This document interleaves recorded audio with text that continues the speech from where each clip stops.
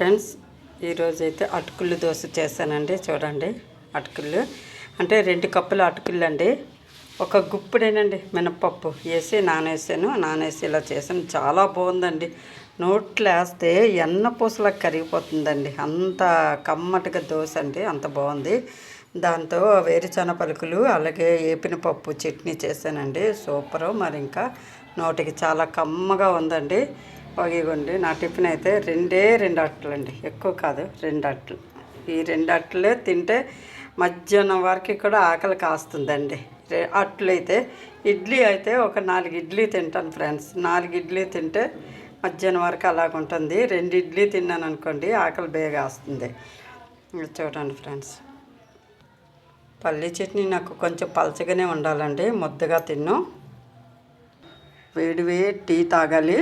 Friends like చేయండి friends, support చేయండి. మీ support వల్లే, మీ ఆదరాభిమానం వల్లే ఛానల్ ముందుకెళ్తుంది ఫ్రెండ్స్.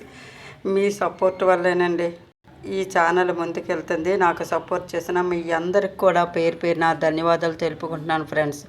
బాయ్ అండి. చిన్నపిల్లలు అయితే ఈ ప్రోగ్రాం చిన్నపిల్లలు చూస్తే వాళ్ళకి నా దీవెనలు, పెద్దవాళ్ళు చూస్తే మాత్రం ధన్యవాదాలు ఫ్రెండ్స్. లైక్ చేయండి ఫ్రెండ్స్, సపోర్ట్ ఇవ్వండి ఫ్రెండ్స్.